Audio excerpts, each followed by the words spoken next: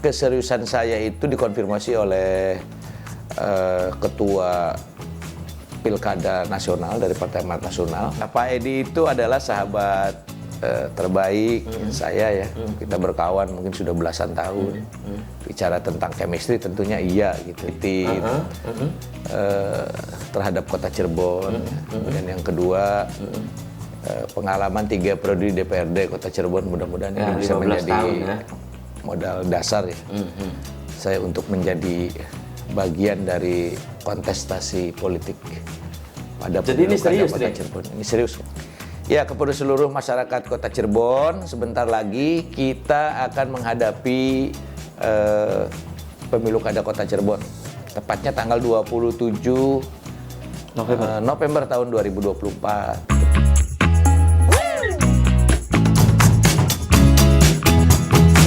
Assalamualaikum warahmatullahi wabarakatuh. Senang sekali saya Afif Rifai hadir kembali di hadapan Anda di podcast Fajar Cirebon TV, dan kesempatan kali ini saya hadirkan ini adalah figur muda dari Kota Cirebon yang saat ini ramai diperbincangkan karena akan maju di pemilihan wali kota atau pilkada serentak pada 27 November 2024 yang akan datang. Nanti akan saya tanyakan apa betul demikian, apa ini hanya gimmick atau memang beneran nih ya. Nanti akan saya tanyakan langsung ke sosok muda yang ada di sebelah saya nih, sedulur Fajar Cirebon. Ini di sebelah saya ada Ketua DPD PAN Kota Cirebon, ada Kang Dhani Mardhani SHMH atau sekarang karib disapa dengan Kang Damar. Apa kabarnya Kang Damar? Assalamualaikum. Waalaikumsalam warahmatullahi wabarakatuh. Masih bulan Syawal ya. Iya. Ini masih sehat terus nih Kang Damar. Alhamdulillah. Bang Habib. Oke. Kang Damar, ini kita langsung saja ngobrol ya. Kang Damar, nama Kang Damar kan disebut-sebut di Kota Cirebon nih. Iya. Ini serius atau memang hanya gimmick seperti 2018 yang lalu nih? Ya tentunya serius lah. Serius. Ini sebagai apa bentuk pertama sense of responsibility terhadap Kota Cirebon. Kemudian yang kedua pengalaman 3 periode di DPRD Kota Cirebon, mudah-mudahan ini bisa menjadi modal dasar ya. Saya untuk menjadi bagian dari kontestasi politik pada Jadi ini serius Kota Cirebon. Ini serius sekali. Dan ini dibuktikan dengan pembentukan relawan-relawan Damar itu. Iya. Salah satunya. Jadi dibuktikan pertama keseriusan saya itu dikonfirmasi oleh Ketua Pilkada Nasional dari Partai Amanat Nasional. Kemudian juga oleh Ketua Umum Zulhas. Iya. Dan Senin kemarin saya diberikan rekomendasi sebagai bakal calon wali kota Cirebon. Dari Partai Sepertinya yang pertama mungkin ya, dari nama-nama yang mungkin sudah beredar gitu. Betul ya. Ini sebagai indikasi keseriusan ya. Artinya ini bukan gimmick. Dengan sudah melibatkan partai di tingkat nasional, ini merupakan sebuah kesungguhan. Ya, ini apalagi hanya kegenitan dari Kang Damar itu tidak mungkin ya. Karena ini sedulur Fajar Cirebon, Kang Damar ini adalah sosok organisatoris, mantan aktivis juga. Kemudian tidak heran jika 3 periode akhirnya terpilih menjadi anggota DPRD Kota Cirebon. Dan Kang Damar, Anda melihat Kota Cirebon yang hanya 5 kecamatan itu seperti apa sih? Kalau Anda serius, ini kan berarti kan sudah siap nih. Ibarat Anda dokter, itu kan mendiagnosa penyakit nih. Berarti kan sudah paham nih, sudah mengetahui lah minimal. Anda melihat Kota Cirebon seperti apa? Jadi, Kang Damar? Ya, spirit saya hadir sebagai bagian daripada kontestasi politik ini adalah pertama ya, seperti saya sampaikan, ini bentuk sense of responsibilitas saya terhadap Kota Cirebon. Dalam rangka apa? Dalam rangka keberlanjutan kepemimpinan sebelumnya. Ada beberapa hal yang mungkin sustainable ya. Iya, jadi ada beberapa hal yang saya kira tugas-tugas dari masa kepemimpinan Pak Subardi, Pak Ano, kemudian dilanjutkan dengan Pak Ajis ya. Yang saya kira perlu dilanjutkan. Jadi ini tongkat estafetnya ke anak muda lah ya. Esensi pilkada itu kan pertama adalah estafeta kepemimpinan. Kemudian yang kedua adalah melakukan upaya perbaikan, perubahan-perubahan dan melanjutkan program-program yang sudah berjalan. Dan bahkan lebih dari itu barangkali berinovasi kira-kira hal-hal apa saja yang belum tereksplorasi dari potensi-potensi yang ada di kota Cirebon. Saya melihat ada beberapa hal ya. Pertama, kita punya idle asset yang ada di kota Cirebon, sebut saja kawasan Bima tuh. Kawasan Bima ini kan merupakan aset yang harga nilainya itu kan lebih dari 1 sekian triliun. Yang sampai hari ini saya menilai bahwa keberadaannya belum memiliki produktivitas sesuai dengan harapan kita semua. Sekalipun sebagian sudah menjadi dan berfungsi sebagai sarana olahraga, ya, tapi pengelolaannya saya kira masih perlu ditingkatkan. Karena sampai hari ini kawasan Bima. Karena sampai hari ini kan belum memberikan income yang signifikan terhadap pendapatan asli daerah kita. Kita juga masih meninggalkan sejumlah persoalan, keluhan terkait dengan infrastruktur. Yang karena pasca COVID kemarin kita pahami betul ya, pendapatan asli daerah juga mengalami guncangan, ya, sehingga banyak kebutuhan-kebutuhan dasar masyarakat itu yang belum terbiayai dengan baik. Belum lagi kita juga meninggalkan persoalan masalah Kutiong Sintiong, yang kita sama-sama pahami bahwa Kutiong Sintiong ini kan satu kawasan yang diperuntukkan untuk pemakaman, faktanya hari ini sebagian berubah menjadi pemukiman. Ya. Sehingga fungsi RTH-nya itu terkurang. Kemudian juga kita punya lahan yang sampai hari ini tanah berstatus milik negara yang dikelola oleh masyarakat. Ya. Ada ex Galianse. Di wilayah selatan ya? Iya. Yang saya kira ke depan mau tidak mau pemerintah harus segera ambil alih kuasa itu dalam rangka kepentingan reklamasi misalkan, penghijauan. Kemudian juga ada beberapa kawasan yang saya kira juga perlu menjadi perhatian kita tuh Bang Afif. Ada kurang lebih sekitar 20 sekian hektar itu di wilayah Kesenden yang sampai hari ini belum tereksplorasi dan tereksploitasi dengan baik ya. Kita di pantai ya? Iya. Kita kan punya impian juga di kota Cirebon ada Ancolnya Cirebon. Ya, betul. Nah, dan saya kira Kesenden saya kira bisa menjadi kawasan yang bisa diproyeksi ke arah itu. Oke, ini sepertinya Kang Damar ini sudah siap ini dengan bagaimana menata kelola ya, kemudian studi kawasan gitu ya. Sepertinya sudah siap sekali nih Sudul Fajar Cirebon. Oke, dan saya tadi malam itu baca-baca di beberapa sosial media, Kang Damar kan dari PAN ya, Partai Nasional. Ini sudah menjalin komunikasi dengan Partai Golkar dan Partai Gerindra. Apa betul ini? Iya, betul. Betul, Bang. Betul. Iya. Dan apa ini ada sinyal ke arah koalisi ke sana gitu? Iya, sebenarnya kan komunikasi kami PAN, Golkar dan Gerindra tidak lain dalam rangka melaksanakan amanah dari ketua umum kita masing-masing, ya, bahwa diharapkan partai-partai yang terafiliasi dengan Koalisi Indonesia Maju itu diturunkan ya ke bawah bisa ditindaklanjuti sampai ke tingkat daerah, terutama dalam rangka kepentingan pemenangan pemilu kada kota Cirebon. Oh, jadi itu kemarin itu? Iya. Atau sudah ada nih posisi, misalnya udah Kang Dani di posisi calon wali kota, yang wakilnya dari Gerindra atau Golkar. Sudah ada obrolan-obrolan begitu? Belum. Oh, belum? Belum. Kita baru sampai pada tahap kesepakatan membangun koalisi dengan sebutan Koalisi Cirebon Maju. Koalisi Cirebon Maju. Iya. Nah, berikutnya koalisi adalah di dalam rangka menentukan dalam rangka menentukan pasangannya adalah sesuai dengan kesepakatan kita itu, yaitu berbasis kepada hasil survei tokoh-tokoh mungkin yang nanti akan diusulkan oleh masing-masing partai koalisi. Misalkan Golkar mengusulkan siapa gitu, PAN juga siapa, Gerindra siapa. Setelah itu kita lihat dari beberapa nama figur yang ada itu, sekiranya siapa nih yang tingkat popularitas dan elektabilitasnya itu paling baik. Itu yang pertama. Kemudian yang kedua yang paling siap. Di dalam rangka apa? Di dalam rangka pembiayaan terutama pemenangan pemilu kada kota Cirebon. Gitu. Terutama isi tas ini. Tapi Kang Dani ini dari sejak 2018 ini sudah di mana-mana 2018 itu poster, baliho juga udah banyak dengan Pak Edi Suripno. Kemudian beberapa hari yang lalu juga saya menemukan beberapa poster juga sudah ada Dhani Mardhani, Edi Suripno ini sudah ada chemistry katanya sejak lama. Gitu. Nah ini jadi gimana gitu Kang Dhani? Ya Pak Edi itu adalah sahabat terbaik saya ya. Kita berkawan mungkin sudah belasan tahun. Bicara tentang chemistry tentunya iya gitu. Tapi kembali lagi, cara politik itu kan adalah keputusan kolektif kolegial. Tentu kita akan kembali kepada kesepahaman yang sudah dibangun nih antara PAN, Golkar, dan Gerindra tentunya. Ya mengikuti fatsun di atas ya.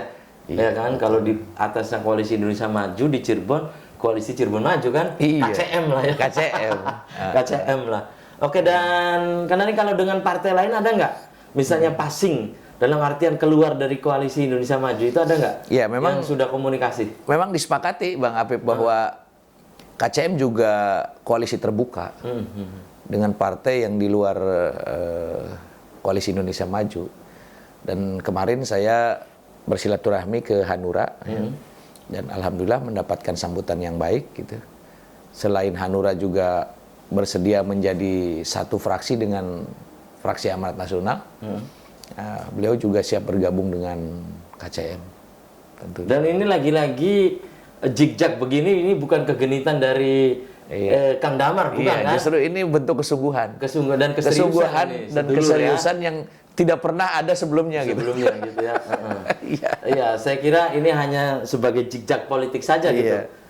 Kang Damar, tidak ya? Tidak, ini justru ini adalah bentuk keseriusan yang belum pernah ada selama ini. Dan ini juga menunjukkan bahwa Kang Damar ini bergerak cepat, tidak ingin ketinggalan gitu ya. Bergerak cepat, insya Allah mungkin mendahulu dari teman-teman yang lain. Jadi kalau teman-teman yang lain masih dalam proses pendaftaran, kemudian juga masih dalam proses memperoleh rekomendasi dari partai di mana dia mendaftar. Nah, kalau di sebelah saya ini sudah pasti rekomendasi sudah turun, Kang Damar, Kang Dhani Mardhani. Dan kemudian saat ini ya sesuai dengan surat di dalam tugas-tugas yang dituangkan di dalam rekomendasi itu, tinggal kita bekerja, membangun komunikasi antar partai politik, ya kan, mencari pasangan, mempersiapkan logistik.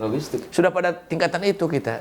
Oh, berarti ini sudah berapa persen ya? Iya, jadi insya Allah berada pada posisi ya kita bekerja lebih awal mungkin dari beberapa teman-teman yang lain.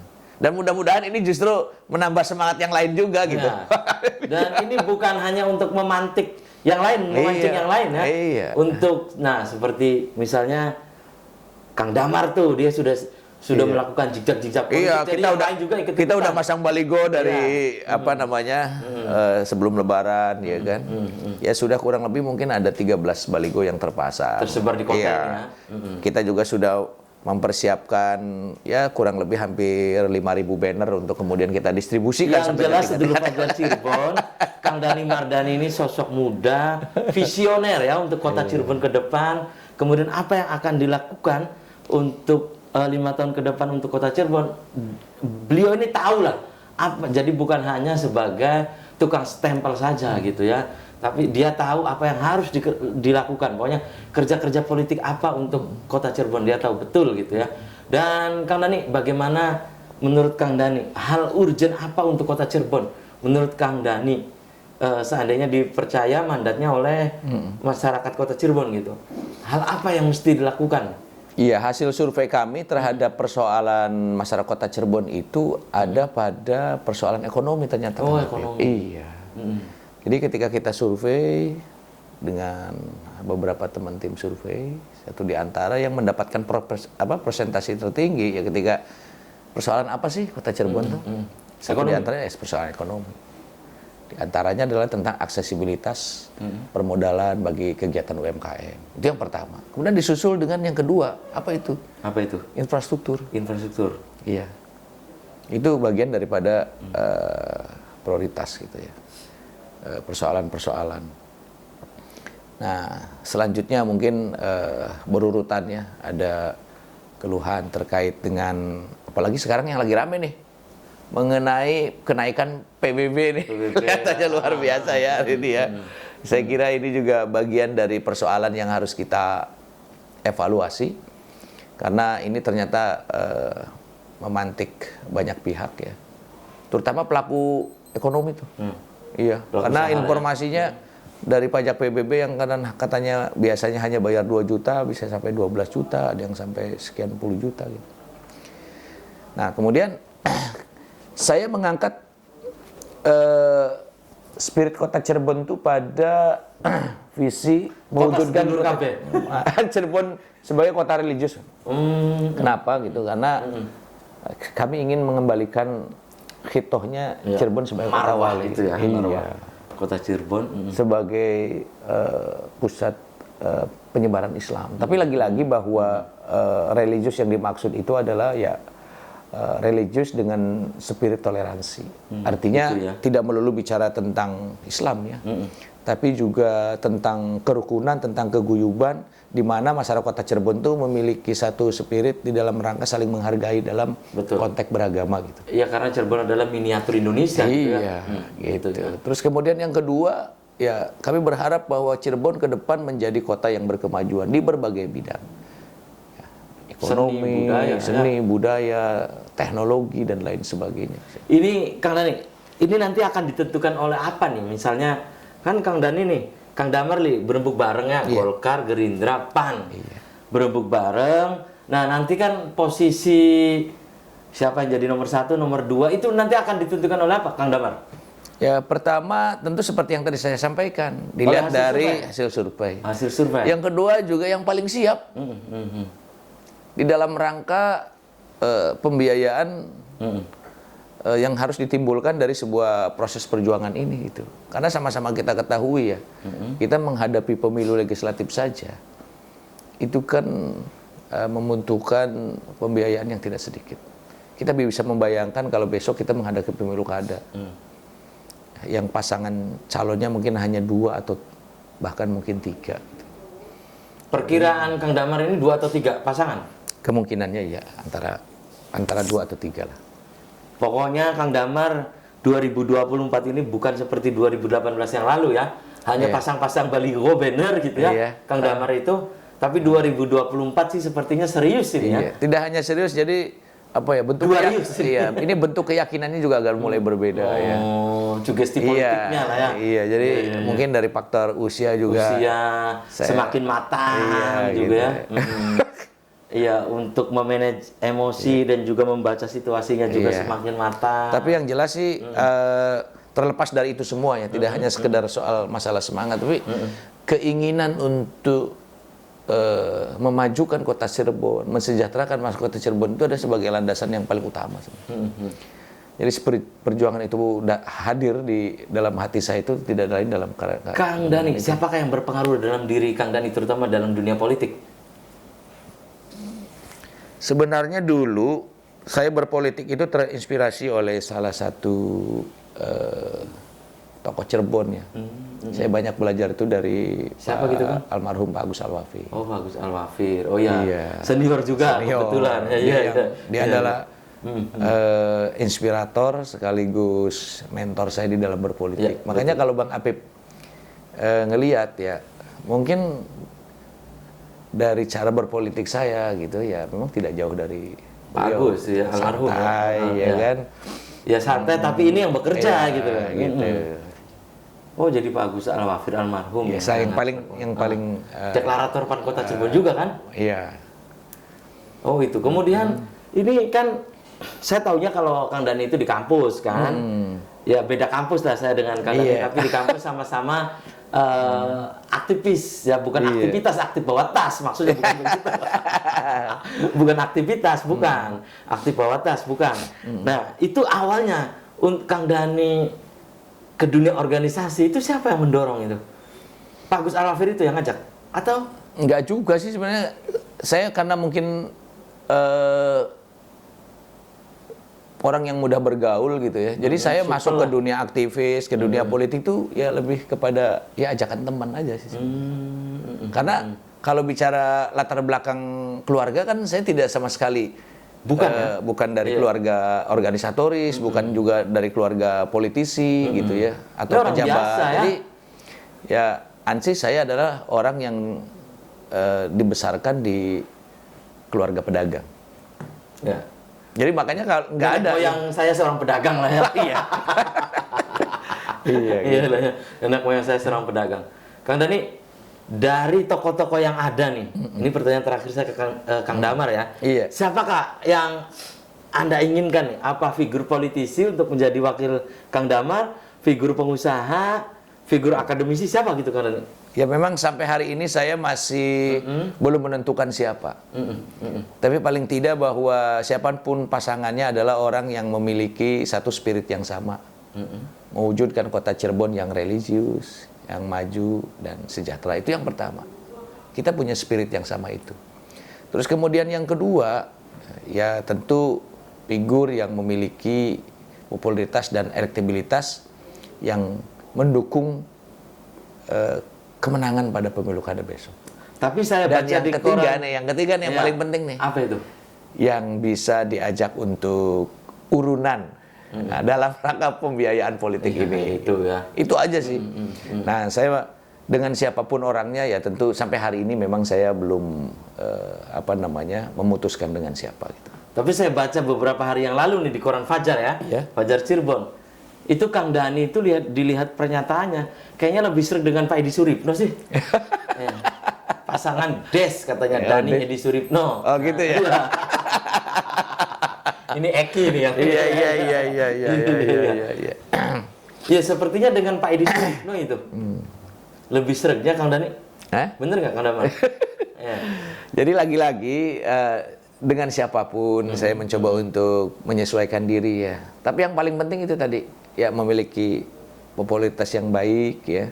Terus kemudian untuk mendukung raihan perolehan suara pada pemilu kada besok gitu. Terus kemudian yang kedua juga ya memiliki ya logistik yang sama-sama saling melengkapi lah intinya begitu. Karena besok itu kan nyalon kepala daerah kan tidak hanya sekedar mungkin hanya modal popularitas dan elektabilitas karena itu bisa saja berubah gitu kan ketika Itu suasana pengalaman saya, kan? ketika suasana kebatinan masyarakat juga sampai hari ini mengalami pergeseran gitu. Betul. Iya. Ya, pokoknya itu saya alami itu. Iya, mungkin Bang Habib kemarin kan mengalami kan Iya, gimana rasanya ikut pada kontestasi politik ya kan, terus kemudian tidak Bukan hanya modal popularitas. iya. Kalau bicara kan? popularitas siapa yang nggak kenal Iya, Bang Apip betul, ya? betul. Hah? Yang Ya, selalu hilir mudik di Iya, tapi layar ternyata kaca bukan gitu. hanya itu kan Iya. ya. Ada hal lain lah ya. Iya. Oke, dan sedulur Fajar Cirebon, saya sekali ya perbincangan saya dengan Kang Damar Dani Mardani. Iya. Ya, usai sudah. Nanti kita bisa dilanjut lain waktu, lain kesempatan tentu dengan tema yang berbeda. Padahal banyak yang ingin saya korek-korek dari Kang Damar ini ya. Figur muda. Jangan dihabiskan sekarang lah. Ya, figur muda, visioner untuk Kota Cirebon ke depan. Kang Damar, silakan closing statement, pesannya apa untuk pemirsa di rumah khususnya untuk Kota Cirebon? Ya, kepada seluruh masyarakat Kota Cirebon, sebentar lagi kita akan menghadapi pemilu kada Kota Cirebon. Tepatnya tanggal 27 November tahun 2024. Untuk itu, pada seluruh masyarakat Kota Cirebon untuk berpartisipasi secara aktif di dalam rangka mensukseskan pemilu kada Kota Cirebon. Mudah-mudahan melalui pemilu kada Kota Cirebon, ke depan Kota Cirebon menjadi lebih baik. Terima kasih. Wassalamualaikum warahmatullahi wabarakatuh. Waalaikumsalam. Oke Kang Damar, terima kasih nih ya sudah menyempatkan hadir di podcast kami. Sukses selalu Amin, dan salam amin. sehat selalu nih ya. Amin, amin. Oke, dan semoga rekomnya bisa cepat untuk diperlihatkan nih sebagai bukti nih. Kalau rekom sudah ada, Oh, sudah sudah. bisa diperlihatkan. Oh, gitu. Rekom pasangan yang belum. Oh, Nah, iya. jadi mohon doanya mudah-mudahan cepat Kalau dapat rekom pasangan. pribadi sih sudah ya, pokoknya PAN itu memandatkan ke Iya. Kang Damar ya, oke. Betul, Dan betul. sedulur Fajar Cirebon, demikian podcast kita kali ini, semoga bermanfaat. Terima kasih atas perhatian dan kebersamaan Anda. Akhirnya saya Afif Rifai dan kerabat kerja di edisi kali ini harus pamit undur diri dan wassalamualaikum warahmatullahi wabarakatuh.